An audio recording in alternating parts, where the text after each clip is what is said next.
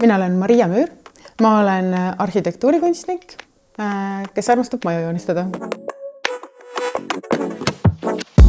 Ma olen alati märganud põnevaid maju ja linnatänavaid ja inimesi, kes seal toimetavad ja mõelnud, mis on nende inimeste lugu.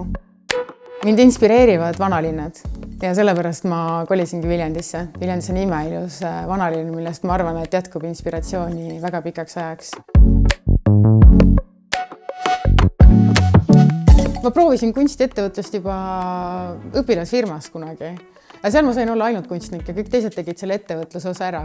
Aga ma tundsin, et ma tahan seda teist osa ka teada ikkagi, et see on minu jaoks põnev. Inkubaator on nii äge asi. Käin ja reklaamin seda igal pool.